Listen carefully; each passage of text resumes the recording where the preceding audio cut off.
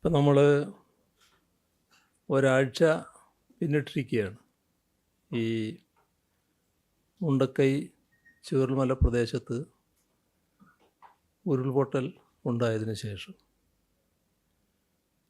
കാണാതായവരെ കണ്ടെത്താനുള്ള സാധ്യതകളൊന്നും ബാക്കി നിർത്താതെയുള്ള തെരച്ചിലാണ് ഇതുവരെ അവിടെ നടന്നിട്ടുള്ളത്. ഇതിൻ്റെ ഭാഗമായി ഉരുൾപൊട്ടലിൻ്റെ പ്രഭവ കേന്ദ്രമായ പുഞ്ചിരിമട്ടം മുതൽ ഉരുൾജല പ്രവാഹത്തിലൂടെയുള്ള അതിൻ്റെ വഴികളിലൂടെയുള്ള ഊർജിതമായ തെരച്ചിലും നിരീക്ഷണവും ഇന്നും നടക്കുകയാണ്. പുഞ്ചിരിമട്ടം, മുണ്ടക്കൈ, ചൂരൽമല ഭാഗത്തും സൂചിപ്പാറ വെള്ളച്ചാട്ടം മുതൽ പോത്തുകല്ല്, നിലമ്പൂർ വരെ ചാലിയാർ കേന്ദ്രീകരിച്ചുമാണ് ഇന്ന് തെരച്ചിൽ നടക്കുന്നത്. സൈന്യം, വനം വകുപ്പ്, ഫയർഫോഴ്സ് എന്നിവരടങ്ങിയ സംഘങ്ങളെയാണ് ഇന്ന് പ്രത്യേകമായി നിയോഗിച്ചിരിക്കുന്നത്.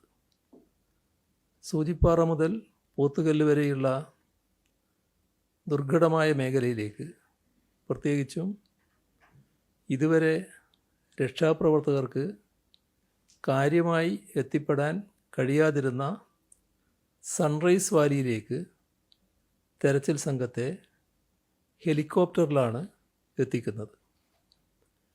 പരിശോധിക്കാത്ത ഒരു പ്രദേശവും ഈ മേഖലയിൽ ഉണ്ടാകരുത് എന്ന ലക്ഷ്യത്തോടെയാണ് മുന്നോട്ട് പോകുന്നത്. തെരച്ചിലിനായി നാട്ടുകാരുടെയും സന്നദ്ധ പ്രവർത്തകരുടെയും ഭാഗത്തു നിന്ന് വലിയ സഹായമാണ് ലഭിച്ചുകൊണ്ടിരിക്കുന്നത്. എല്ലാം ഏകോപിപ്പിച്ചുകൊണ്ട് മന്ത്രിസഭാ ഉപസമിതി കാര്യക്ഷമമായി ഇടപെടുന്നുമുണ്ട്. ഇന്നലെ തെരച്ചിലിൽ 6 മൃതദേഹങ്ങൾ ലഭിച്ചു. ഇതോടെ ദുരന്തത്തിൽ മരിച്ചവരുടെ സ്ഥിരീകരിച്ച സംഖ്യ 224 വയനാട്ടിൽ നിന്ന് 5, നിലമ്പൂരിൽ നിന്ന് 1, ഇങ്ങനെയാണ് മൃതദേഹങ്ങൾ ലഭിച്ചത്. തിരിച്ചറിയാത്ത 30 മൃതദേഹങ്ങളും 154 ശരീരഭാഗങ്ങളും പുത്തുമലയിൽ ഹാരിസൺ മലയാളം പ്ലാന്റേഷൻ ലിമിറ്റഡിലെ ശ്മശാനത്തിൽ സർവമത പ്രാർത്ഥനയോടെ സംസ്കരിച്ചു. വയനാട്ടിൽ നിന്നും 150, നിലമ്പൂരിൽ നിന്നും 76 മൃതദേഹങ്ങളാണ് ഇതേവരെ രക്ഷാപ്രവർത്തകർ കണ്ടെടുത്തത്. വയനാട്ടിൽ നിന്നും 24, നിലമ്പൂരിൽ നിന്നും 157, അങ്ങനെ 181 ശരീരഭാഗങ്ങളും ഇതുവരെ കണ്ടെടുത്തിട്ടുണ്ട്. മൃതദേഹങ്ങളും ശരീരഭാഗങ്ങളും മറവ് ചെയ്യുന്നതിന് കൂടുതൽ സ്ഥലം ദുരന്ത നിവാരണ നിയമപ്രകാരം ഏറ്റെടുക്കാൻ വയനാട് ജില്ലാ കലക്ടർക്ക് നിർദ്ദേശം നൽകിയിട്ടുണ്ട്. 154 പേരെ കാണാതായി എന്നാണ് കണക്ക്. 88 പേർ ഇപ്പോഴും ആശുപത്രികളിലാണ്. ചൂരൽമല ഭാഗത്ത് 9 ക്യാമ്പുകളിലായി 1381 പേർ കഴിയുന്നു. ചാലിയാർ നദിയുടെ ഇരുകരകളിലും വനമേഖലയിലും തെരച്ചിലും രക്ഷാപ്രവർത്തനങ്ങളും ശക്തമാക്കാൻ Indian navy, Indian coast guard എന്നിവരുമായി എത്രയും പെട്ടെന്ന് ചർച്ച ചെയ്ത് മൃതദേഹങ്ങൾ കടലിൽ എത്തിയിട്ടുണ്ടോ അത് നിരീക്ഷിക്കാനും ഇന്നലെ ചേർന്ന മന്ത്രിസഭാ ഉപസമിതിയുടെ യോഗം നിർദ്ദേശം നൽകിയിട്ടുണ്ട്. തിരിച്ചറിയാനാകാത്ത മൃതദേഹങ്ങളുടെ DNA പരിശോധന നടത്തി ഐഡൻറ്റിറ്റി സ്ഥിരീകരിക്കുന്ന നടപടികൾ ത്വരിതപ്പെടുത്തുകയാണ്. പുതിയ ക്രിമിനൽ നിയമസംഹിതയുടെ വെളിച്ചത്തിൽ DNA പരിശോധന സ്വകാര്യ ലേബുകളിലും ചെയ്യാനാകുമോ എന്നത് പരിശോധിക്കുന്നതാണ്. ക്യാമ്പുകളിൽ കഴിയുന്നവർക്കും തെരച്ചിലിലും രക്ഷാപ്രവർത്തനത്തിലും ഏർപ്പെട്ടിരിക്കുന്ന ജീവനക്കാർക്കും സന്നദ്ധ പ്രവർത്തകർക്കും നൽകുന്ന ഭക്ഷണത്തിൻ്റെ ഗുണനിലവാരം ഉറപ്പാക്കാൻ നിർദ്ദേശം നൽകിയിട്ടുണ്ട്. ഉരുൾപൊട്ടലിൽ അകപ്പെട്ടവരെ സ്കൂൾ ക്യാമ്പുകളിൽ നിന്ന് മാറ്റി താമസിപ്പിക്കേണ്ടതുണ്ട്. അങ്ങനെ മാറ്റുമ്പോൾ ആവശ്യമായ സൗകര്യങ്ങൾ ഉറപ്പാക്കാൻ നടപടി സ്വീകരിക്കും. സ്കൂളുകൾ തന്നെ തുറന്നാൽ അവിടുത്തെ പഠനം തടസ്സപ്പെടും എന്നുള്ളതുകൊണ്ട് പകരം സംവിധാനം കാണണമെന്നാണ് ഉദ്ദേശിക്കുന്നത്. പക്ഷേ ആ സംവിധാനത്തിൻ്റെ എല്ലാ കാര്യങ്ങളും പരിശോധിച്ച് ഉറപ്പുവരുത്തേണ്ടതായിട്ടുണ്ട്. വെള്ളപ്പൊക്കത്തിൻ്റെ ഭാഗമായി ദുരിതാശ്വാസ ക്യാമ്പുകളിൽ കഴിയുന്നവരുണ്ട്. വെള്ളവും ചെളിയും ഇറങ്ങിയാൽ താമസയോഗ്യമാക്കാവുന്ന വീടുകളുണ്ട്. അങ്ങനെ സുരക്ഷിതമായ വീടുകളിലെ ആളുകളെ വെള്ളമിറങ്ങിയാൽ ശുചീകരണത്തിന് ശേഷം സ്വന്തം വീടുകളിലേക്ക് മടങ്ങാൻ സൗകര്യമൊരുക്കും. അത് ജില്ലയിലുള്ള മറ്റ് ക്യാമ്പുകളെക്കുറിച്ചാണ് ഈ പറയുന്നത്. ഈ ചൂരൽമലയിലെ ക്യാമ്പിനെ കുറിച്ചല്ല. അത് വെള്ളം കയറിയതിൻ്റെ ഭാഗമായി ക്യാമ്പുകൾ ആക്കിയതാണ്. അതിൻ്റെ അപകടസ്ഥിതി ഒഴിവായാൽ അവർക്ക് തിരിച്ചു പോകാൻ കഴിയും. ദുരന്തബാധിത മേഖലകളിലെ വീടുകളിൽ നിന്ന് വിലപിടിപ്പുള്ള വസ്തുക്കൾ സുരക്ഷിതമായി വീണ്ടെടുക്കാൻ സാധിക്കുമെങ്കിൽ പോലീസിൻ്റെ സാന്നിധ്യത്തിൽ ഇതിന് അവസരമൊരുക്കും. ഗുരുതരമായ കേടുപാടുകൾ സംഭവിച്ച തകർന്നു വീഴാൻ സാധ്യതയുള്ള കെട്ടിടങ്ങൾ അവിടെ കണ്ടെത്തിയിട്ടുണ്ട്. തകർന്നിട്ടില്ല, പക്ഷേ വീഴാനിടയുണ്ട്. ദുരന്ത നിവാരണ നിയമം 2005 പ്രകാരം ഉടമകളുടെ സമ്മതമില്ലാതെ തന്നെ ഇത്തരം കെട്ടിടങ്ങൾ പൊളിച്ചു മാറ്റാൻ സാധ്യമാണോ എന്നത് പരിശോധിക്കും. വളരെ അപകടകരമായിട്ടുള്ള അത്തരം കെട്ടിടങ്ങൾ പൊളിച്ചു മാറ്റുന്നതിന് ഈ നിയമവശം കൂടി പരിശോധിക്കുന്നതായിരിക്കും. തെരച്ചിലിലും രക്ഷാപ്രവർത്തനത്തിലും മികച്ച പ്രവർത്തനം നടത്തുന്ന ഇന്ത്യൻ സായുധ സേനകളുടെ ആർമി, നേവി, എയർഫോഴ്സ് തുടർ പ്രവർത്തനങ്ങൾ സംബന്ധിച്ച് ഉന്നത ഉദ്യോഗസ്ഥരുമായി ചർച്ച ചെയ്ത് തീരുമാനിക്കാൻ ചീഫ് സെക്രട്ടറിയെ ചുമതലപ്പെടുത്തിയിട്ടുണ്ട്. കേന്ദ്ര ആഭ്യന്തര മന്ത്രാലയം ജോയിൻറ്റ് സെക്രട്ടറി നേതൃത്വത്തിലുള്ള 4-അംഗ ഇൻ്റർ മിനിസ്റ്റീരിയൽ സെൻട്രൽ ടീമിൻ്റെ IMCT എന്നാണ് അവർ ചുരുക്കത്തിൽ അറിയപ്പെടുന്നത്. അവരുടെ സന്ദർശനത്തിന് ആവശ്യമായ നടപടികൾ സ്വീകരിക്കാൻ റിലീഫ് കമ്മീഷണറെ ചുമതലപ്പെടുത്തിയിട്ടുണ്ട്. ഉരുൾപൊട്ടൽ ബാധിത മേഖലകളിലെ ക്രമസമാധാന പരിപാലനം ശക്തിപ്പെടുത്തേണ്ടതാണ്. ഉരുൾപൊട്ടൽ ബാധിത പ്രദേശങ്ങളിലേക്ക് ആവശ്യമായ സന്നദ്ധ പ്രവർത്തകരും ബന്ധപ്പെട്ട ഉദ്യോഗസ്ഥരും മാത്രമേ പോകുന്നുള്ളൂ എന്ന് പോലീസ് ഉറപ്പാക്കും. പൊതുകെട്ടിടങ്ങൾ ഉൾപ്പെടെയുള്ള സ്ഥാവര ജംഗമ വസ്തുക്കളുടെ നാശനഷ്ടം വിലയിരുത്തി പൊതുമരാമത്ത് വകുപ്പ് റിപ്പോർട്ട് സമർപ്പിക്കുന്നതിനൊപ്പം ദുരന്താനന്തര ആവശ്യങ്ങളുടെ വിലയിരുത്തൽ, പോസ്റ്റ് ഡിസാസ്റ്റർ നീഡ്സ് അസസ്മെൻറ്റ് ദുരന്ത നിവാരണ അതോറിറ്റി നടത്തുകയും ചെയ്യും.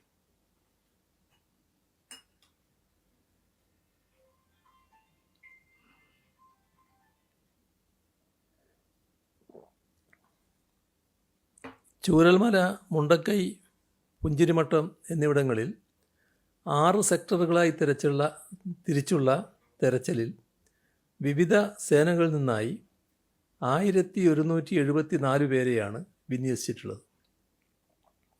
84 ഹിറ്റാച്ചികൾ, 5 JCBകൾ തെരച്ചിലിന് ഉപയോഗിക്കുന്നുണ്ട്. 112 ടീമുകളായി 913 വളണ്ടിയർമാരും പ്രദേശവാസികളും സേനാംഗങ്ങളോടൊപ്പം ചേർന്നിട്ടുണ്ട്.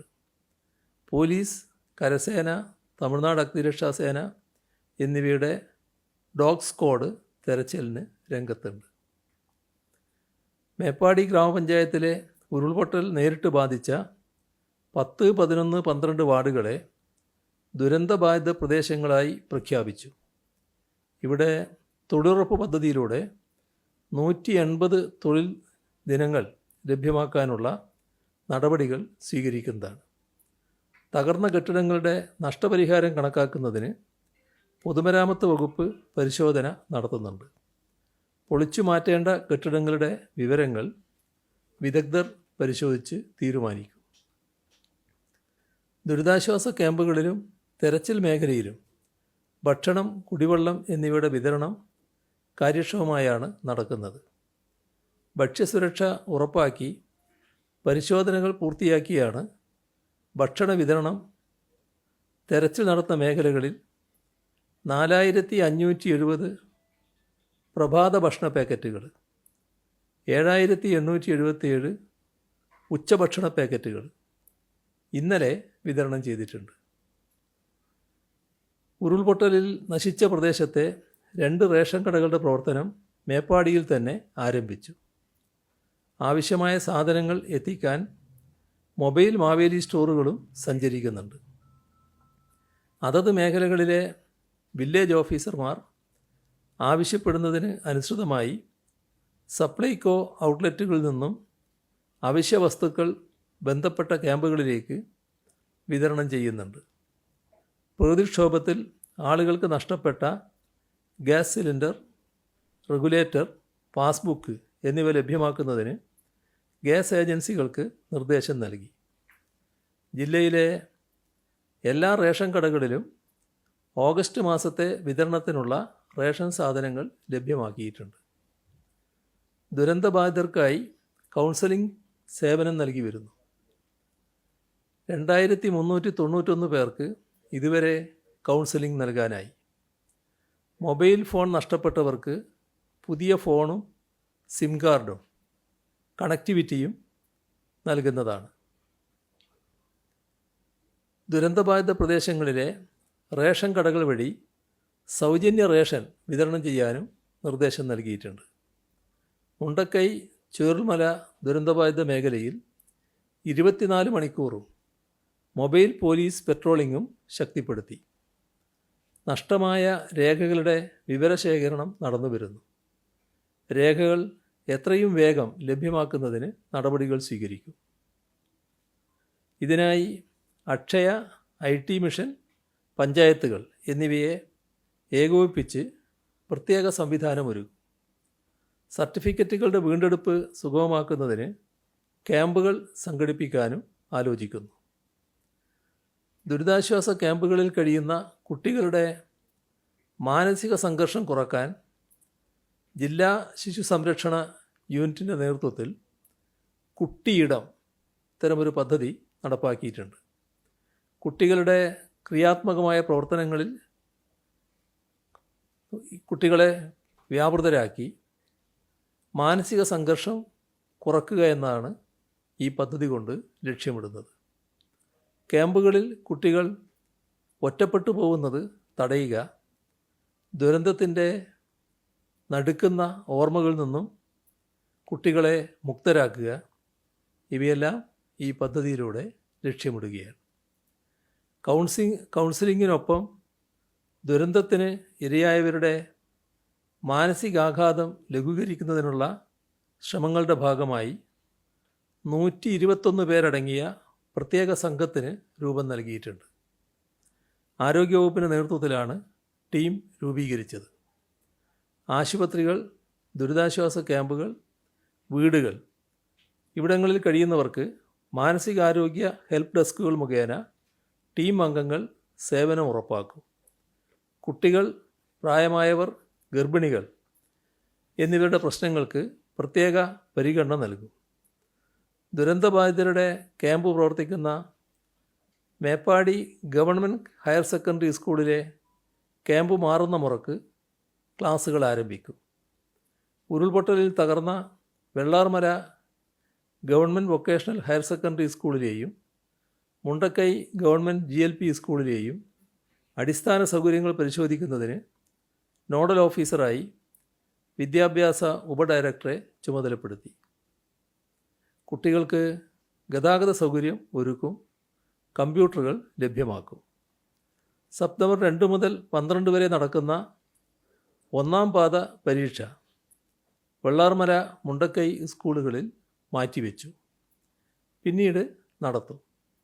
മറ്റേതെങ്കിലും വിദ്യാലയത്തിൽ പരീക്ഷ മാറ്റിവെക്കേണ്ടതുണ്ടെങ്കിൽ പൊതുവിദ്യാഭ്യാസ ഉപഡയറക്ടറുടെ റിപ്പോർട്ടിൻ്റെ അടിസ്ഥാനത്തിൽ നടപടി സ്വീകരിക്കും. സ്കൂളുകൾക്ക് ആവശ്യമായ ഫർണിച്ചറുകൾ ലഭ്യമാക്കും. പാഠപുസ്തകങ്ങളും പഠനോപകരണങ്ങളും സ്കൂൾ ബാഗും നഷ്ടപ്പെട്ട കുട്ടികൾക്ക് എല്ലാം ഉൾപ്പെടുന്ന സ്കൂൾ കിറ്റ് നൽകും. ക്യാമ്പുകൾ പ്രവർത്തിക്കുന്ന സ്കൂളുകളിലെ വിദ്യാർത്ഥികൾക്ക് വേണ്ടി ഓൺലൈൻ ക്ലാസുകൾ ആരംഭിച്ചിട്ടുണ്ട്. സമഗ്ര പുനരധിവാസത്തിൻ്റെ ഭാഗമായി ടൗൺഷിപ്പ് രൂപപ്പെടുമ്പോൾ വെള്ളാർമല സ്കൂൾ അതേ പേരിൽ തന്നെ പുനർനിർമ്മിക്കണമെന്നാണ് ഉദ്ദേശിക്കുന്നത്. ഉരുൾപൊട്ടലിനെ തുടർന്ന് ഏറാട്ടുകുണ്ടിൽ നിന്നും അട്ടമലയിലെ ക്യാമ്പിലെത്തിച്ച ആദിവാസി കുടുംബങ്ങളുടെ നില തൃപ്തികരമാണ്. കുട്ടികളടക്കം 24 പേരാണ് ക്യാമ്പിൽ കഴിയുന്നത്. സൂചിപ്പാറ വെള്ളച്ചാട്ടത്തിന് മുകളിലെ ഭാഗത്ത് ഗുഹയിൽ അഭയം തേടിയ കുടുംബത്തെ വനം വകുപ്പും പ്രത്യേക ക്യാമ്പിൽ പരിചരിക്കുന്നുണ്ട്. മുണ്ടക്കൈ ചൂരൽമല ഉരുൾപൊട്ടൽ ദുരന്തത്തെ ആദിവാസി കുടുംബങ്ങളെല്ലാം അതിജീവിച്ചിട്ടുണ്ട്. ഉരുൾപൊട്ടൽ ദുരന്തഭൂമിയിൽ 100 കണക്കിന് ആംബുലൻസുകളാണ് തളരാതെ ഓടിയത്. മോട്ടോർ വാഹന വകുപ്പിൻ്റെ കണക്ക് പ്രകാരം 237 ആംബുലൻസുകൾ രക്ഷാപ്രവർത്തനത്തിൽ പങ്കാളികളായി. ആരോഗ്യവകുപ്പിൻ്റെ 2 അഡ്വാൻസ്ഡ് ലൈഫ് സപ്പോർട്ട് ആംബുലൻസുകളും 10 ബേസിക് ലൈഫ് സപ്പോർട്ട് ആംബുലൻസുകളും അടക്കമുള്ള 36 ആംബുലൻസുകളും ദുരന്ത മേഖലയിൽ ഉണ്ട്. ആവശ്യമനുസരിച്ച് ആംബുലൻസുകൾക്ക് പാസ് നൽകി ദുരന്ത മേഖലയിൽ പ്രവേശനം അനുവദിക്കും. ബാക്കിയുള്ളവ മേപ്പാടി പോളിടെക്നിക് കോളേജ് ഗ്രൗണ്ടിൽ പാർക്ക് ചെയ്യും. കൂടാതെ ജില്ലയ്ക്ക് പുറത്തു നിന്നും സന്നദ്ധ സംഘടനകളുടെ നേതൃത്വത്തിൽ ആംബുലൻസുകൾ എത്തിയിട്ടുണ്ട്. ദുരന്ത മേഖലകളിലേക്കും ആശുപത്രികളിലേക്കും മൃതദേഹങ്ങളുടെ സംസ്കാരം നടക്കുന്ന പ്രദേശങ്ങളിലേക്കും ആംബുലൻസുകളുടെ സേവനം ആവശ്യമാണ്. നിരവധി ആംബുലൻസുകൾ സ്വമേധയാ രക്ഷാപ്രവർത്തനത്തിന് എത്തുകയായിരുന്നു. സന്നിഗ്ധ ഘട്ടത്തിൽ കൈത്താങ്ങായ ഇവരുടെ സേവനം അഭിനന്ദനാർഹമാണ്. വയനാട് ദുരന്തത്തിൻ്റെ രക്ഷാപ്രവർത്തനത്തിൽ കൈകോർക്കാൻ നിരവധി സന്നദ്ധ പ്രവർത്തകരും സംഘടനകളുമാണ് മുന്നോട്ട് വന്നത്. ജില്ലാ ഭരണ സംവിധാനം ഒരുക്കിയ സംവിധാനത്തിലൂടെ 18,000 പേർ വളണ്ടിയർമാരായി രജിസ്റ്റർ ചെയ്തു. ഇതിൽ 5,400 പേർ വയനാട് ജില്ലയിൽ നിന്ന് മാത്രമുള്ളവരാണ്. ഓരോ ദിവസവും ആവശ്യാനുസരണം വോളണ്ടിയേഴ്സിനെ ദൗത്യസേനയുടെ നിർദ്ദേശപ്രകാരം ദുരന്ത മേഖലകളിൽ എത്തിക്കും. 6 മേഖലകളായി തിരിഞ്ഞ് നടത്തുന്ന രക്ഷാപ്രവർത്തനത്തിൽ 750 മുതൽ 1000 വരെ വളണ്ടിയർമാരാണ് ഒരു ദിവസം ഇറങ്ങുന്നത്. ഇന്ന് 1126 പേർ സന്നദ്ധ സേനക്കൊപ്പം ദുരന്ത മേഖലയിലുണ്ട്. ഇതിനു പുറമെ 140 ടീമുകളും വളണ്ടിയർ പ്രവർത്തനത്തിന് രജിസ്റ്റർ ചെയ്തിട്ടുണ്ട്. ഇവരെയും ആവശ്യാനുസരണം പ്രയോജനപ്പെടുത്തും. ഇതിനെല്ലാം സഹായമായി സ്വയം സമർപ്പിച്ച് മുന്നിൽ നിൽക്കുന്ന യുവജന സംഘടനകൾ പ്രത്യേക പരാമർശം അർഹിക്കുന്നു. പോസ്റ്റ്മോർട്ടത്തിന് മാത്രമായി 150-ലധികം ജീവനക്കാരെയാണ് നിയോഗിച്ചത്. കോട്ടയം, ആലപ്പുഴ, കോഴിക്കോട്, കണ്ണൂർ ഉൾപ്പെടെ വിവിധ മെഡിക്കൽ കോളേജുകളിൽ നിന്നും വയനാട്ടിലെ വിവിധ ആശുപത്രികളിൽ നിന്നും ജീവനക്കാരുണ്ട്. ഡോക്ടർമാർ, നഴ്സുമാർ, നഴ്സിംഗ് അസിസ്റ്റൻറ്റുമാർ, ഹെഡ് നേഴ്സ്, ക്ലീനിംഗ് സ്റ്റാഫ് ഉൾപ്പെടെ ആദ്യ ദിവസങ്ങളിൽ 3, ഇപ്പോൾ 2 ഷിഫ്റ്റുകളിലായി പ്രവർത്തിക്കുന്നു. ഇന്ന് 60 ജീവനക്കാരാണ് പോസ്റ്റ്മോർട്ടം നടപടികളിൽ ഉള്ളത്. രക്ഷാപ്രവർത്തനത്തോടൊപ്പം ഇവരുടെ സേവനവും വിലമതിക്കാനാവാത്തതാണ്. ക്രമസമാധാന ചുമതലയുള്ള ADGP ദുരന്തം നടന്ന അന്നു മുതൽ വയനാട്ടിലുണ്ട്. രക്ഷാപ്രവർത്തനങ്ങൾ ഏകോപിപ്പിക്കാൻ അദ്ദേഹം അവിടെ ക്യാമ്പ് ചെയ്ത് നേരിട്ട് ഇടപെടുകയാണ്. മുണ്ടക്കൈ ചൂരൽമല പ്രദേശങ്ങളിൽ താമസിക്കുന്ന അതിഥി തൊഴിലാളികൾ സുരക്ഷിതരാണ്. ഉരുൾപൊട്ടലിൽ 3 അതിഥി തൊഴിലാളികളെ കാണാതാവുകയും ഒരാൾ മരണപ്പെടുകയും ചെയ്തു. ഒരാൾ മേപ്പാടിയിലെ സ്വകാര്യ ആശുപത്രിയിൽ ചികിത്സയിലുണ്ട്. ഈ മേഖലയിൽ നിന്നും 406 പേരെയാണ് ജില്ലയിൽ പ്രവർത്തിക്കുന്ന വിവിധ ക്യാമ്പുകളിലേക്ക് മാറ്റി താമസിപ്പിച്ചത്. ആസാം, മധ്യപ്രദേശ്, ബീഹാർ, ഹിമാചൽ പ്രദേശ്, ജാർഖണ്ഡ്, കർണാടക, രാജസ്ഥാൻ, തമിഴ്നാട്, ഉത്തർപ്രദേശ്, പശ്ചിമ ബംഗാൾ ഈ സംസ്ഥാനങ്ങളിൽ നിന്നെത്തിയ ഇവർ Harrison Malayalam limited, Ranimala estate തുടങ്ങിയ ഇടങ്ങളിൽ ജോലി ചെയ്യുന്നവരും കുടുംബാംഗങ്ങളുമാണ്.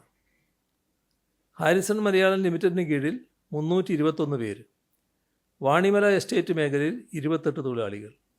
ഇതാണ് ഉള്ളത്. ക്യാമ്പുകളിലുള്ള അതിഥി തൊഴിലാളികൾക്ക് ജില്ലാ ഭരണ സംവിധാനം കൗൺസിലിങ്ങും ഭക്ഷണവും ഉറപ്പാക്കുന്നുണ്ട്. തോട്ടം തൊഴിലാളികൾക്കും അതിഥി തൊഴിലാളികൾക്കും ലേബർ ബോർഡ് സാമ്പത്തിക സഹായം നൽകും. അതിഥി തൊഴിലാളികൾക്ക് ചികിത്സാ ധനസഹായം ലഭ്യമാക്കും. മന്ത്രിസഭാ ഉപസമിതി വയനാട്ടിൽ ക്യാമ്പ് ചെയ്ത് പ്രവർത്തനങ്ങൾ ഏകോപിപ്പിച്ചു വരികയാണ്. മന്ത്രിമാരായ K Rajan, A K Saseendran, P A Muhammad Riyas, O R Kelu എന്നിവരാണ് സമിതി അംഗങ്ങൾ. മറ്റു മന്ത്രിമാരും വയനാട്ടിലെത്തി ബന്ധപ്പെട്ട മേഖലകളിലെ പ്രശ്നങ്ങൾ വിലയിരുത്തുന്നുണ്ട്. മേപ്പാടി പഞ്ചായത്തിലെ 10, 11, 12 വാർഡുകളിൽ ഉൾപ്പെടുന്ന KSEBയുടെ Chooralmala exchange, Chooralmala tower, Mundakkai KK Nair Ambedkar colony, Attamala pump എന്നീ ട്രാൻസ്ഫോമറുകളിൽ ഉൾപ്പെടുന്ന ഉപഭോക്താക്കളിൽ നിന്നും അടുത്ത 6 മാസം സൗജന്യമായി വൈദ്യുതി വിതരണം ചെയ്യാൻ നിർദ്ദേശം നൽകിയിട്ടുണ്ട്. ഈ ഉപയോക്താക്കൾക്ക് നിലവിൽ വൈദ്യുതി ചാർജ് കുടിശ്ശിക ഉണ്ടെങ്കിൽ അത് ഈടാക്കാൻ നടപടി സ്വീകരിക്കരുതെന്നും നിർദ്ദേശം നൽകിയിട്ടുണ്ട്. വയനാട്ടിലെ ഉരുൾപൊട്ടൽ ദുരന്തം ഉണ്ടായ ജൂലൈ 30 മുതൽ മുഖ്യമന്ത്രിയുടെ ദുരിതാശ്വാസ നിധിയിലേക്ക് വരുന്ന ഓരോ തുകയും വയനാടിൻ്റെ ദുരിതാശ്വാസ പ്രവർത്തനങ്ങൾക്കായി ഉപയോഗിക്കുമെന്ന് നേരത്തെ വ്യക്തമാക്കിയിരുന്നു. ജൂലൈ 30 മുതൽ ഇന്നലെ 5/8/2024 വൈകുന്നേരം 5 മണി വരെ ദുരിതാശ്വാസ നിധിയിലേക്ക് ആകെ ലഭിച്ചത് 53,38,52,942 രൂപയാണ്. പോർട്ടൽ വഴിയും UPI വഴിയും ലഭ്യമാകുന്ന തുകയുടെ വിവരങ്ങളാണ് CMDRF വെബ്സൈറ്റിൽ നൽകിയിട്ടുള്ളത്. അതിൽ 2018 ആഗസ്റ്റ് മുതൽ ലഭിച്ച തുകയും ജൂലൈ 30 ലഭിച്ച തുകയും ഓരോ ദിവസം ലഭിക്കുന്ന തുകയും പ്രത്യേകമായി രേഖപ്പെടുത്തിയിട്ടുണ്ട്. ചെക്ക്, ഡ്രാഫ്റ്റ്, നേരിട്ട് ലഭിക്കുന്ന തുകയുടെ വിവരങ്ങൾ ഇതെല്ലാം വെബ്സൈറ്റിൽ അപ്ഡേറ്റ് ചെയ്യും. സമാനതകളില്ലാത്ത ഈ ദുരന്തത്തിൻ്റെ പശ്ചാത്തലത്തിൽ മുഖ്യമന്ത്രിയുടെ ദുരിതാശ്വാസ നിധിയിലേക്ക് സർക്കാർ ജീവനക്കാരും അധ്യാപകരും സംഭാവന നൽകാൻ മുന്നോട്ട് വന്നിട്ടുണ്ട്. ഇത് സംബന്ധിച്ച് സർക്കാർ അഭ്യർത്ഥന പൊതുവെ സ്വീകരിക്കപ്പെട്ടു. സർക്കാർ ജീവനക്കാരും പൊതുമേഖലാ സ്ഥാപനങ്ങളിലും എയ്ഡഡ് കോളേജുകൾ ഇവിടങ്ങളിൽ ജോലി ചെയ്യുന്നവരും ഇതിൽ പങ്കാളികളാവുകയാണ്. സംഘടനാ നേതൃത്വങ്ങളുമായി നേരിട്ട് ആശയവിനിമയം നടത്തിയിരുന്നു. അതനുസരിച്ച് കുറഞ്ഞത് 5 ദിവസത്തെ വേതനമെങ്കിലും സംഭാവനയായി നൽകുമെന്നാണ് പൊതുവേ ഉണ്ടായ ധാരണ. അതിൽ കൂടുതൽ നൽകാൻ ആഗ്രഹിക്കുന്നവർക്ക് അങ്ങനെ നൽകാവുന്നതുമാണ്. 5 ദിവസത്തെ ശമ്പളം ഒറ്റത്തവണയായി അടുത്ത മാസത്തെ ശമ്പളത്തിൽ നൽകാൻ കഴിയുന്നവർക്ക് അങ്ങനെയാകാം. തവണകളായി സംഭാവന നൽകാൻ ആഗ്രഹിക്കുന്നവർക്ക് അടുത്ത മാസം 1 ദിവസത്തെയും തുറന്നുള്ള 2 മാസങ്ങളിൽ 2 ദിവസത്തെ വീതവും ശമ്പളം നൽകി പങ്കാളികളാകാം. സന്നദ്ധത കാണിച്ചുകൊണ്ട് സ്ഥാപന മേധാവികൾക്കാണ് സമ്മതപത്രം നൽകേണ്ടത്. സ്പാർക്ക് മുഖേന തുടർ നടപടികൾ സ്വീകരിക്കുകയും ചെയ്യും. സർക്കാരിൻ്റെ നിർബന്ധമല്ല, ജീവകാരുണ്യവും മനുഷ്യത്വം സ്ഫുരിക്കുന്ന നല്ല മനസ്സാണ് ഇത്തരമൊരു തീരുമാനത്തിലേക്ക് നയിച്ചത്. അങ്ങനെ തങ്ങളാൽ കഴിയുന്ന സഹായം നൽകാൻ മുന്നോട്ട് വരുന്ന എല്ലാവരെയും ഈ ഘട്ടത്തിൽ ഹാർദമായി അഭിവാദ്യം ചെയ്യട്ടെ. ഇന്ന് ലഭിച്ച സഹായങ്ങൾ പറഞ്ഞാൽ KSFE മാനേജ്മെൻറ്റും ജീവനക്കാരും ചേർന്ന് 5 കോടി രൂപ, CPI സംസ്ഥാന കൗൺസിലിൻ്റെ സംഭാവന 1 കോടി രൂപ സംസ്ഥാന സെക്രട്ടറി ബിനോയ് വിശ്വം ഏൽപ്പിക്കുകയുണ്ടായി. ഇത് ആദ്യ ഗഡുവാണ് എന്ന് അദ്ദേഹം പ്രത്യേകം പറയുകയും ചെയ്തു. കനറ ബാങ്ക് 1 കോടി രൂപ, കേരള കോഓപ്പറേറ്റീവ് എംപ്ലോയീസ് യൂണിയൻ 2 കോടി രൂപ, KFC മാനേജ്മെൻറ്റും ജീവനക്കാരും ചേർന്ന് 1.25 കോടി രൂപ. AIADMK 1 കോടി രൂപ തമിഴ്നാട്ടിൽ നിന്ന് വന്ന് നൽകിയതായിരുന്നു. തൃപ്പൂണിത്തുറ മുനിസിപ്പാലിറ്റി 25 ലക്ഷം രൂപ. കേരള ഹൈഡൽ ടൂറിസം സെൻറ്റർ 25 ലക്ഷം. KGOA സംസ്ഥാന കമ്മിറ്റി 10 വീടുകൾ നിർമ്മിച്ച് നൽകും. ചലച്ചിത്ര താരം സൗബിൻ ഷാഹിർ 20 ലക്ഷം രൂപ. Kerala ex servicemen development and rehabilitation corporation 15 lakh. Cherthala Antony's academy 10 lakh. Flour mills India private limited 10 lakh. Sreedaksha property developers limited 10 ലക്ഷം. കേരള സാംസ്കാരിക വേദി സൗദി അറേബ്യ 10 ലക്ഷം. നവോദയ സാംസ്കാരിക വേദി സൗദി അറേബ്യ 10 ലക്ഷം. കേരള സംസ്ഥാന power and infrastructure finance corporation limited 15 ലക്ഷം. കടുങ്ങല്ലൂർ സർവീസ് സഹകരണ ബാങ്ക് 10 ലക്ഷം. മൂവാറ്റുപുഴ അർബൻ കോപ്പറേറ്റീവ് ബാങ്ക് 10 ലക്ഷം. അനർട്ട് 10 ലക്ഷം. PMS ഡെൻ്റൽ കോളേജ് 11 ലക്ഷം. നെടുമങ്ങാട് മുനിസിപ്പാലിറ്റി 10 ലക്ഷം. ലക്ഷദ്വീപിലെ അധ്യാപകർ 8 ലക്ഷം. ലോയേഴ്സ് യൂണിയൻ സംസ്ഥാന കമ്മിറ്റി ആദ്യ ഗഡു 14.5 ലക്ഷം. മുൻ മന്ത്രി DK ഹംസ 2 ലക്ഷം. അന്തരിച്ച നടൻ ഇന്നസെൻറ്റിൻ്റെ ഭാര്യ ആലീസ് 1 ലക്ഷം. മുൻ MLA പ്രകാശ് ബാബു 1 മാസത്തെ പെൻഷൻ 25,000 രൂപ. മുൻ KPCC പ്രസിഡന്റ് തെന്നല ബാലകൃഷ്ണപിള്ള 36,500 രൂപ. മുൻ MP NN കൃഷ്ണദാസ് 1 മാസത്തെ പെൻഷൻ 40,000 രൂപ. രഞ്ജി ക്രിക്കറ്റ് താരം ഷോൺ റോജർ 62,000 രൂപ. Kerala real estate regulatory authority RERA 1 കോടി. KSRTA CATU 25 ലക്ഷം. കണ്ണൂർ ജില്ലയിലെ നാറാത്ത്, അഴീക്കോട്, ചിറക്കൽ ഗ്രാമപഞ്ചായത്തുകൾ 10 ലക്ഷം രൂപ വീതം. മാർത്തോമ ചർച്ച് എഡ്യൂക്കേഷൻ സൊസൈറ്റി 10 ലക്ഷം രൂപ. ഇത്രയും വിവരങ്ങളാണ് ഇപ്പോൾ പങ്കുവെക്കാനുള്ളത്.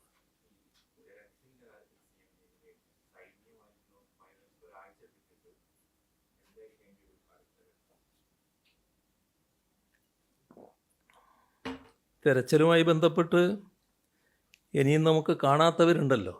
ഈ കാണാത്തവരെ കണ്ടെത്താനുള്ള എല്ലാ ശ്രമങ്ങളും നടത്തുക എന്നതാണ് നമുക്ക് ചെയ്യാനുള്ളത്. ഈ കാര്യത്തിൽ സൈന്യത്തിനു പ്രത്യേകമായി എന്തെങ്കിലും ചെയ്യാനുണ്ടോ എന്ന് ചോദിച്ചാൽ അത് ആദ്യഘട്ടത്തിലുള്ളതുപോലെ അത്രത്തോളം കാണില്ല. എന്നാൽ അവർ ഏത് സാഹസികമായ കാര്യവും ചെയ്യാൻ തയ്യാറാവുകയാണ്. ഇപ്പോൾ ഞാനൊരു പ്രദേശം പറഞ്ഞില്ലേ, എത്തിപ്പെടാൻ പറ്റാത്ത സ്ഥലത്ത് അവരടക്കമുള്ള ദൗത്യസേനയാണ് പോകുന്നത്. അപ്പോൾ അങ്ങനെയുള്ള കാര്യങ്ങളിൽ അവരും തൽപരരാണ്. അപ്പോൾ അത്തരം കാര്യങ്ങൾ തുറന്നുള്ള പ്രവർത്തനങ്ങൾ അവരുമായിട്ടെല്ലാം കൂടി ചർച്ച ചെയ്ത് തീരുമാനിക്കാമെന്നാണ് വെച്ചത്. അതുകൊണ്ടാണ് മന്ത്രിസഭാ ഉപസമിതിയുടെ തീരുമാനത്തിൽ അവരുമായിട്ട് ചർച്ച ചെയ്യാൻ ചീഫ് സെക്രട്ടറി ചുമതലപ്പെടുത്തിയെന്ന് പറയുന്നത്. ഏതായാലും ഇപ്പോഴത്തെ ഘട്ടത്തിൽ ഈ കാണാനില്ലാത്തവരെ കണ്ടെത്താനുള്ള നമ്മുടെ ശ്രമം തുടരുക എന്നത് തന്നെയാണ് കാണുന്നത്.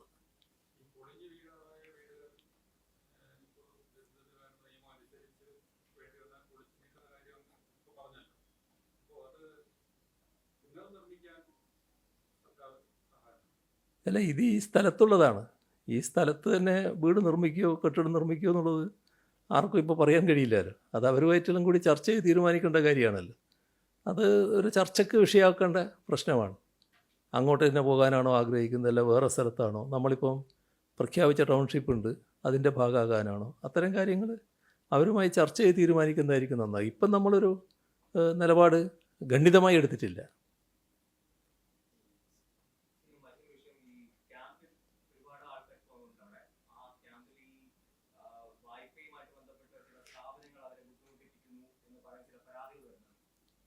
ആ ക്യാമ്പിനകത്തേക്ക് ആർക്കും പോകാൻ കഴിയില്ല. ക്യാമ്പിനകത്തേക്ക് ആർക്കും പോകാൻ കഴിയില്ല. ഫോണ് പലരുടെയും കയ്യിലില്ല. ഇങ്ങനത്തെ എന്തെങ്കിലും പ്രശ്നങ്ങളുണ്ടെങ്കിൽ അത് പ്രത്യേകമായിട്ട് അവിടെ പരിശോധിക്കാനുള്ള സംവിധാനങ്ങളുണ്ട്. അവർക്ക് അവരുമായിട്ട് ബന്ധപ്പെട്ട് കാര്യങ്ങൾ ചർച്ച ചെയ്യാൻ പറ്റും, ഇടപെടാനും പറ്റും.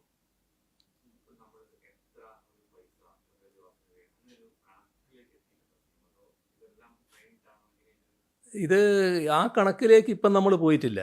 പക്ഷേ എത്രയായാലും നമുക്കത് സാധിക്കുന്നതേ ഉള്ളൂ. കാരണം നമ്മുടെ നാടിൻ്റെ ഒരുമ അതാണ് കാണിക്കുന്നത്.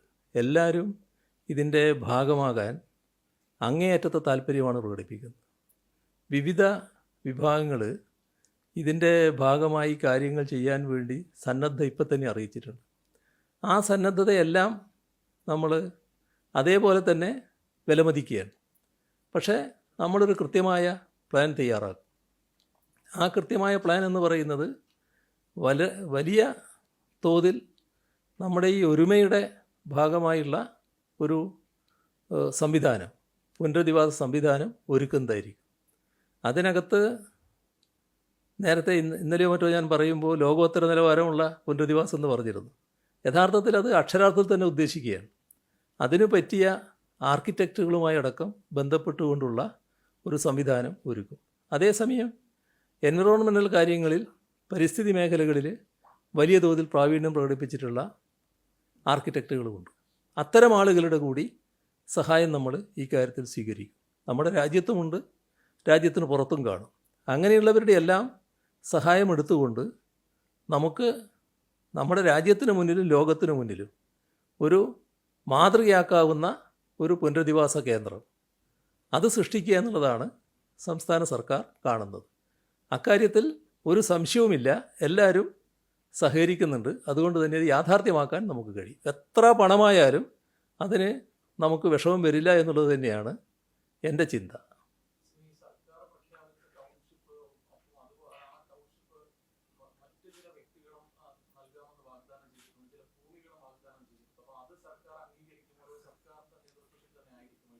അതാണ് ഞാൻ പറഞ്ഞത്, പല തരത്തിലുള്ള നല്ല മനസ്സുകളും ഇത്തരം കാര്യങ്ങളിൽ നല്ല ഓഫറുകൾ നൽകുന്നുണ്ട്.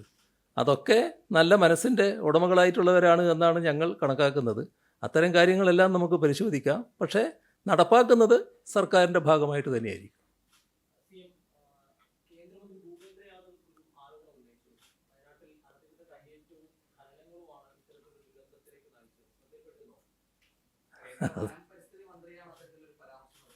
അതെ അതെ, ശ്രദ്ധയിൽപ്പെടാതിരിക്കാൻ പറ്റില്ലല്ലോ.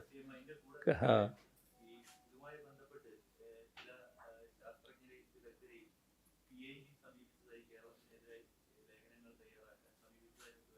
ഓ അതെ, ഇതൊക്കെ നമുക്ക് സാധാരണഗതിയിൽ പ്രതീക്ഷിക്കാൻ കഴിയാത്തൊരു കാര്യമാണ്. ഈ ദുരന്തമുണ്ടായപ്പോൾ ആദ്യത്തെ വിളി രാഹുൽ ഗാന്ധിയുടേതായിരുന്നു, രണ്ടാമത്തെ വിളി പ്രധാനമന്ത്രിയുടേതായിരുന്നു, മൂന്നാമത്തെ വിളി ആഭ്യന്തരമന്ത്രി അമിത്ഷായുടേതായിരുന്നു.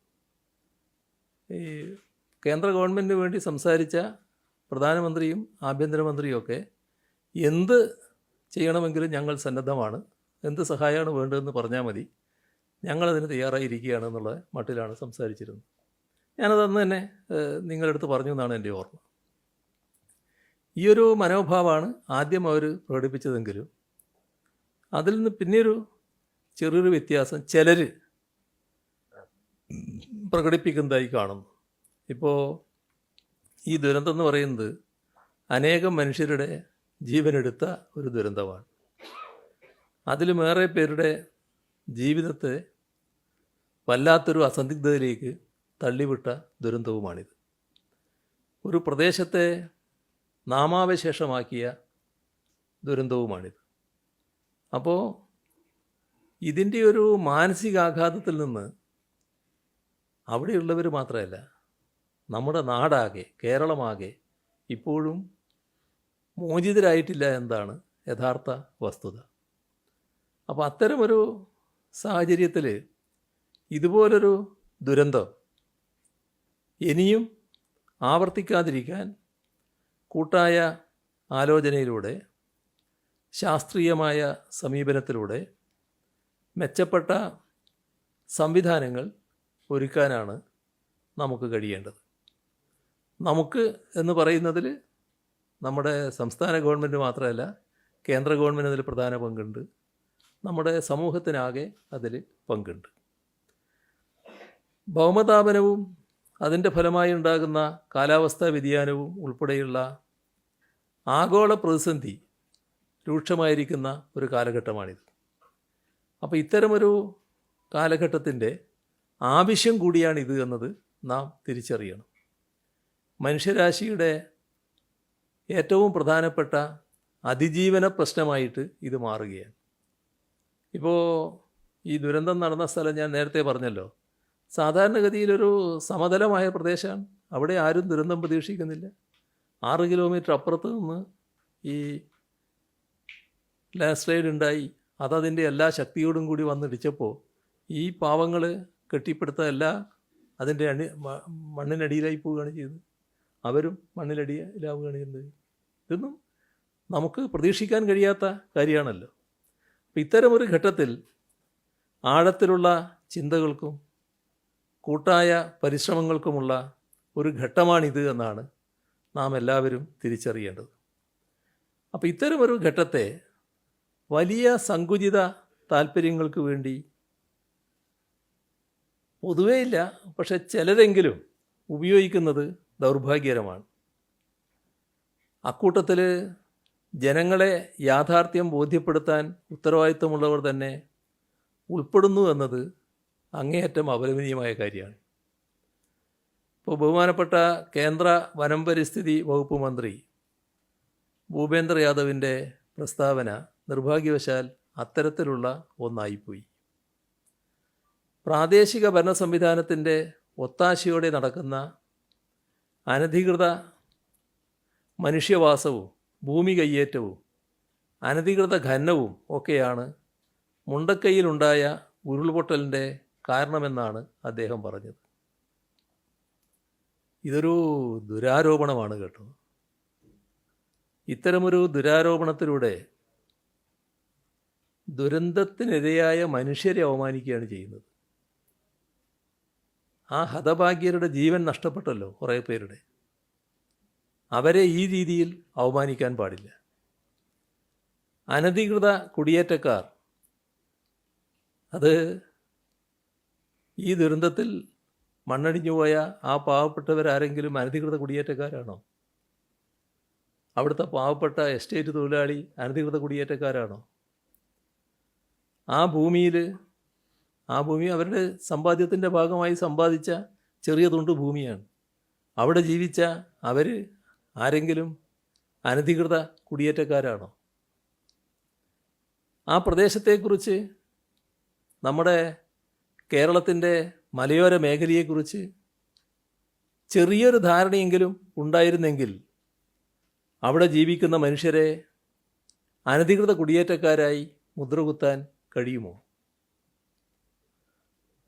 കേരളത്തിലെ മലയോര മേഖലയിലുള്ള കുടിയേറ്റത്തിന് യഥാർത്ഥത്തിൽ നൂറ്റാണ്ടുകളുടെ പഴക്കമുണ്ട്. ദുഷ്കരമായ സാഹചര്യങ്ങളോട് മല്ലിട്ട് അവർ പടുത്തുയർത്തിയ ജീവിതത്തിനും സംസ്കാരത്തിനും സുദീർഘമായ ചരിത്രവുമുണ്ട്. അതിനെക്കുറിച്ചൊന്നും ഒരു ധാരണയുമില്ലാതെ ഈ മലയോര ജനതയെ ആകെ കുടിയേറ്റക്കാരെന്ന ഒരൊറ്റ അച്ചിൽ ഒതുക്കുന്ന പ്രചരണങ്ങൾക്ക് ഉത്തരവാദപ്പെട്ട കേന്ദ്രമന്ത്രി തയ്യാറാകുന്നത് ഏറ്റവും ചുരുങ്ങിയ രീതിയിൽ പറഞ്ഞാൽ ഔചിത്യമല്ല. അനധികൃത ഖനനം നടന്നതിനാലാണ് മുണ്ടക്കൈയിൽ ഉരുൾപൊട്ടിയത് എന്നാണ് അദ്ദേഹത്തിൻ്റെ വിചിത്രമായ വാദം. പക്ഷേ നാം കാണേണ്ട ഒരു വസ്തുത, ഈ മുണ്ടക്കൈ ലാൻഡ് സ്ലൈഡ് ഏരിയയിൽ നിന്നും ഏറ്റവും അടുത്ത കോറിയിലേക്കുള്ള ദൂരം 10.2 കിലോമീറ്ററാണ്. ഇതാണ് സത്യമെന്നിരിക്കെ എന്തിനാണ് കേന്ദ്രമന്ത്രി തെറ്റായ കാര്യങ്ങൾ അവതരിപ്പിക്കുന്നത്? വയനാട് ദുരന്തത്തിൽ ഇവിടെ പറഞ്ഞു, കേരളത്തിനെതിരെ എഴുതാൻ ശാസ്ത്രജ്ഞരെ കേന്ദ്ര സർക്കാർ സമീപിക്കുന്നു എന്ന വാർത്ത, അത് നിങ്ങളുടെ ശ്രദ്ധയിലും പെട്ടു എന്താണല്ലോ ഈ ചോദ്യത്തിന് ആധാരമായി വന്നത്. ഉരുൾപൊട്ടലിൻ്റെ പശ്ചാത്തലത്തിൽ സംസ്ഥാന സർക്കാരിനെ വിമർശിക്കുന്ന ലേഖനങ്ങളും അഭിപ്രായ പ്രകടനങ്ങളും നൽകാൻ ശാസ്ത്രജ്ഞരെ കേന്ദ്ര സർക്കാർ നിർബന്ധിക്കുന്നു എന്നാണ് ചില മാധ്യമങ്ങൾ റിപ്പോർട്ട് ചെയ്തത്. പ്രസ് ഇൻഫർമേഷൻ ബ്യൂറോ വഴിയാണ് കേരള സർക്കാരിനെതിരെ ശാസ്ത്രജ്ഞരുൾപ്പെടെയുള്ളവരെ അണിനിരത്താനുള്ള ഈ ശ്രമമെന്നും റിപ്പോർട്ട് ചെയ്തിട്ടുണ്ട്. കേന്ദ്ര വനം പരിസ്ഥിതി മന്ത്രിയുടെ കഴിഞ്ഞ ദിവസത്തെ പ്രസ്താവന കൂടെ കൂട്ടി വായിക്കുമ്പോൾ ഈ മാധ്യമ വാർത്തകൾ ശരിയാണ് എന്നാണ് മനസ്സിലാക്കേണ്ടത്.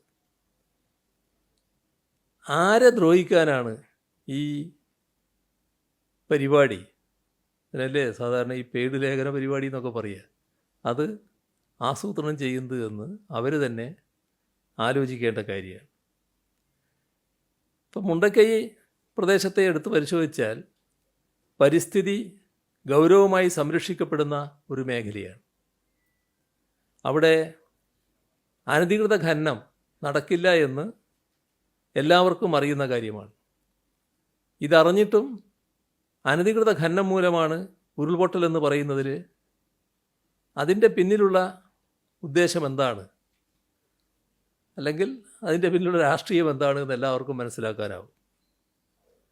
ഓല മടക്കി വെച്ച് കൂര കെട്ടിയ തോട്ടം തൊഴിലാളികൾ അനധികൃത കയ്യേറ്റക്കാരാണ് എന്നാണ് കേന്ദ്രമന്ത്രി പറഞ്ഞു വരുന്നത്.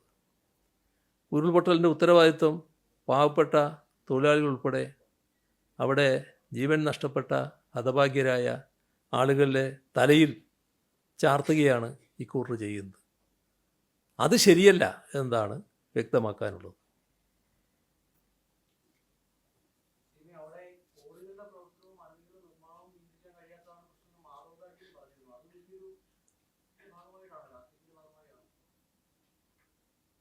ഞാൻ പറഞ്ഞല്ലോ കാര്യങ്ങൾ, അവിടുത്തെ വസ്തുത ഞാൻ പറഞ്ഞല്ലോ, മുണ്ടക്കൈയെപ്പറ്റി ഞാൻ പറഞ്ഞല്ലോ, മുണ്ടക്കൈ പ്രദേശത്തിൻ്റെ കോറിയുടെ കാര്യം ഞാൻ പറഞ്ഞല്ലോ, ആ മുണ്ടക്കൈയിലെ പരിസ്ഥിതി ആഘാതത്തിൻ്റെ കാര്യം ഞാൻ പറഞ്ഞല്ലോ. അതിൽ നിന്ന് വ്യത്യസ്തമായ വസ്തുത എന്തെങ്കിലും നിങ്ങളെടുത്തുണ്ടെങ്കിൽ അത് പറയാം. അതല്ലല്ലോ നിങ്ങൾ പറയുന്നത്.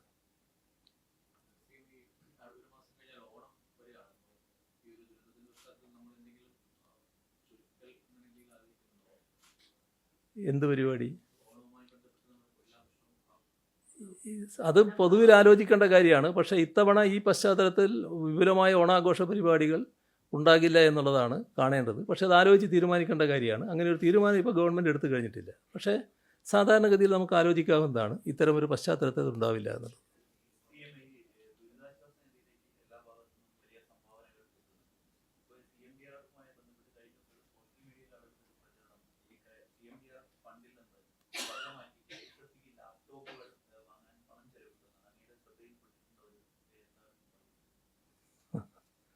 CMDRFനെ പറ്റി ചില തെറ്റായ വാർത്തകൾ വരുന്നുണ്ടെന്നുള്ളത് ശരിയാണ്. അതിൻ്റെ ഭാഗമായിട്ടുള്ള ഒന്നാണ് ഈ KSFEയുമായിട്ടുള്ള കാര്യം. പക്ഷേ CMDRFുമായിട്ടുള്ള കാര്യം പൊതുവെ പ്രാധാന്യം അർഹിക്കുന്ന ഒരു കാര്യമായതുകൊണ്ട് പൊതുവിലുള്ള വിവരങ്ങൾ ആദ്യം പറയാമെന്നാണ് കരുതുന്നത്. പിന്നെ KSFEയുടെ എന്താണെന്നുള്ളത് പ്രത്യേകിച്ചും പറയാവുന്നതാണ്. ഇപ്പോൾ ചിലരാണ് ഇത്തരമൊരു മുഖ്യമന്ത്രിയുടെ ദുരിതാശ്വാസ നിധി സുതാര്യമല്ല എന്ന രീതിയിലുള്ള കുപ്രചരണം നടത്തുന്നത്. നാടിതുവരെ സാക്ഷ്യം വഹിച്ചതിൽ ഏറ്റവും ദാരുണമായ ഈ ദുരന്തമുഖത്തും ഇത്തരത്തിലുള്ള വ്യാജ പ്രചരണം ചില തീർത്തും പ്രതിലോമപരമായി നടത്തപ്പെടുകയാണ്.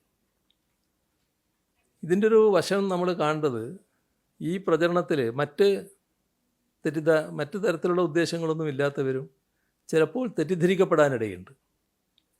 അവർ യാഥാർത്ഥ്യം എന്താണെന്ന് തിരിച്ചറിയണമെന്നുള്ളത് കൊണ്ടാണ് ഇതുമായി ബന്ധപ്പെട്ട ചില കാര്യങ്ങൾ കൂടി വ്യക്തമാക്കുന്നത്.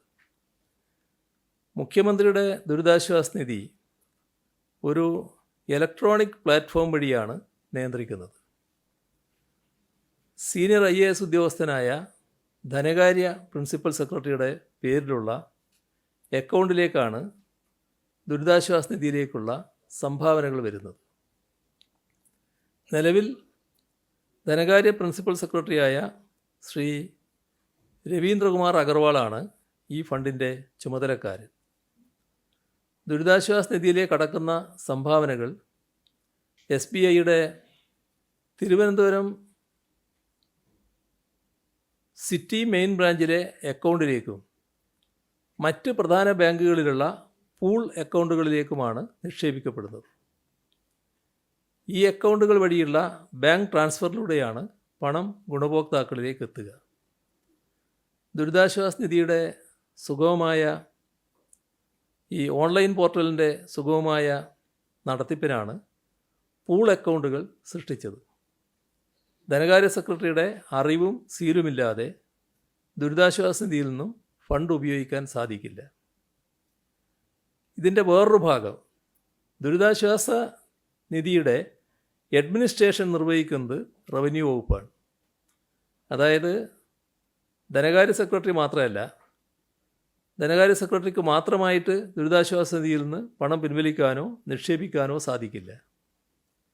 ഈ അക്കൗണ്ടുകൾ വഴിയുള്ള ധനകാര്യ കൈമാറ്റം റവന്യൂ വകുപ്പ് പ്രിൻസിപ്പൽ സെക്രട്ടറിയുടെ നിർദ്ദേശപ്രകാരമേ സാധിക്കുകയുള്ളൂ. ഇതിനകത്ത് വ്യക്തമായ വ്യവസ്ഥകൾ നേരത്തെ ഏർപ്പെടുത്തിയിട്ടുണ്ട്. കലക്ടർക്ക് അനുവദിക്കാവുന്ന തുക, റവന്യൂ സെക്രട്ടറിക്ക് അനുവദിക്കാവുന്ന തുക, റവന്യൂ മന്ത്രിക്ക് അനുവദിക്കാവുന്ന തുക, മുഖ്യമന്ത്രിക്ക് അനുവദിക്കാവുന്ന തുക, ഇതൊക്കെ സർക്കാർ ഉത്തരവ് പ്രകാരം നിശ്ചിതമാണ്. അതിനും മുകളിലുള്ളത് മന്ത്രിസഭക്കാണ് അധികാരം. ദുരിതാശ്വാസ നിധി വഴി ലഭിക്കുന്ന സഹായം, വിനിയോഗിച്ച തുക, ഗുണഭോക്താക്കളുടെ വിവരങ്ങൾ തുടങ്ങിയ എല്ലാ വിവരങ്ങളും വിവരാവകാശ നിയമത്തിൻ്റെ പരിധിയിൽ വരുന്നതാണ്. കൺട്രോളർ ആൻഡ് ഓഡിറ്റർ ജനറൽ CAGയുടെ വർഷാവർഷം ഓഡിറ്റ് ചെയ്യുന്ന അക്കൗണ്ടാണിത്. അക്കൗണ്ട് ജനറൽ ഓഫീസിൻ്റെ ഓഡിറ്റ് വിഭാഗം ദുരിതാശ്വാസ നിധിയുടെ 2016 ഏപ്രിൽ 1 മുതൽ 2019 ഓഗസ്റ്റ് 31 വരെയുള്ള ഓഡിറ്റ് പൂർത്തിയാക്കിയിട്ടുണ്ട്. അതിൽ ഒരു പ്രത്യേക കാര്യം ശ്രദ്ധിക്കേണ്ടത്, ഒരു ക്രമക്കേടും ഇതിൽ കണ്ടെത്താൻ കഴിഞ്ഞിട്ടില്ല എന്നുള്ളതാണ്. അത് ആ റിപ്പോർട്ടിൽ തന്നെ വ്യക്തമാക്കിയിട്ടുണ്ട്. ദുരിതാശ്വാസ നിധിയുടെ വരവ് ചെലവ് കണക്കുകൾ പരിശോധിക്കാൻ നിയമസഭയ്ക്ക് അധികാരവുമുണ്ട്. അപ്പോൾ അങ്ങേയറ്റം സുതാര്യമായ രീതിയിൽ നടക്കുന്ന ഒരു സംവിധാനമാണിത്. ഒറ്റ അഭ്യർത്ഥനയുള്ളൂ, അതിനെ മോശമായി ചിത്രീകരിക്കാനുള്ള വ്യാജ പ്രചരണം നടത്തുന്നതിൽ നിന്ന് അത്തരം ആളുകൾ ഒഴിവാകണം. നമ്മൾ അനേകം പ്രതിസന്ധികളും വെല്ലുവിളികളും അതിജീവിച്ചവരാണ്. തീർത്തും സങ്കുചിതവും പ്രതിലോമപരവുമായ ഈ പ്രചരണത്തെയും നമ്മുടെ നാടിന് മറികടക്കാനാകും എന്ന് തന്നെയാണ് പ്രതീക്ഷ. KSFEയുടെ കാര്യം സോഷ്യൽ മീഡിയ വഴി നടക്കുന്ന ഒരു വ്യാജ പ്രചരണമാണ്. CMDRFൽ നിന്നും KSFEക്ക് ലാപ്ടോപ്പ് വാങ്ങാൻ 81,43,00,000 രൂപ അനുവദിച്ചു എന്നത്. ഈ പ്രചരണം പല രീതിയിലാണ് സോഷ്യൽ മീഡിയയിൽ നടക്കുന്നത്. ഇത് തീർത്തും തെറ്റായതും ജനങ്ങളെ തെറ്റിദ്ധരിപ്പിക്കാൻ വേണ്ടി ബോധപൂർവം നടത്തുന്നതുമായ പ്രചരണമാണ്. ഈ തുക കോവിഡ് കാലത്ത് സാമ്പത്തികമായി പിന്നോക്കം നിൽക്കുന്ന വിദ്യാർത്ഥികൾക്ക് പഠനാവശ്യത്തിനായി ലാപ്ടോപ്പ് വാങ്ങാൻ KSFEക്ക് നൽകിയ തുകയാണ്. കുടുംബശ്രീ പ്രവർത്തകരുടെ വിദ്യാർത്ഥികളായ മക്കൾക്ക് ലാപ്ടോപ്പ് വാങ്ങാനുള്ള വിദ്യാശ്രീ പദ്ധതിയും വിദ്യാകിരണം പദ്ധതിയും സംയോജിപ്പിച്ച് സർക്കാർ 81,43,00,000 രൂപ KSFEക്ക് നൽകി. ഇതുവഴി ആകെ 47,673 വിദ്യാർത്ഥികൾക്ക് ലാപ്ടോപ്പുകൾ ആ ഘട്ടത്തിൽ നൽകാനുമായി. ഇതാണ് വസ്തുത. നമ്മളിന്ന് കുറച്ചധികം സമയമായിപ്പോയി അല്ലേ ഇന്ന്?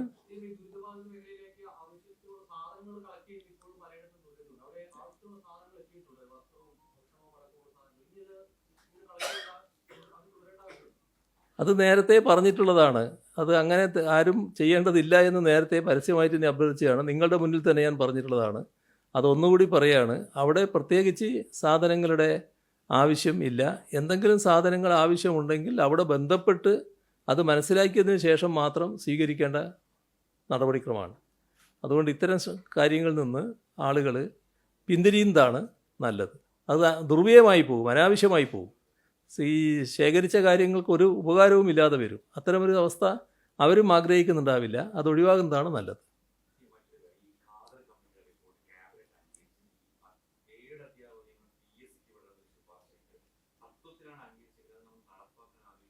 അതിൻ്റെ ഓരോ ഭാഗവും സംബന്ധിച്ച് പ്രത്യേകം പ്രത്യേകം വ്യക്തമായ നിലപാടെടുത്തുകൊണ്ട് പോവുകയാണ് ചെയ്യുക. ഇപ്പം തന്നെ നടപ്പാക്കുക എന്നുള്ളതല്ല, അതിൽ വിവിധ നിർദ്ദേശങ്ങളുണ്ട്. മൊത്തത്തിൽ അത് അംഗീകരിച്ചിരിക്കുന്നു. പക്ഷേ അതിൻ്റെ കൂടെ തന്നെ പറഞ്ഞു ഓരോ കാര്യവും നടപ്പാക്കുന്നത് എങ്ങനെയെന്ന് പ്രത്യേകം പ്രത്യേകം ചർച്ച ചെയ്ത് തീരുമാനിക്കേണ്ടതാണ്. അതിൻ്റെ ഭാഗമായിട്ട് വരാനിരിക്കുന്നതേ ഉള്ളൂ. ബാക്കി പിന്നീടാകാം.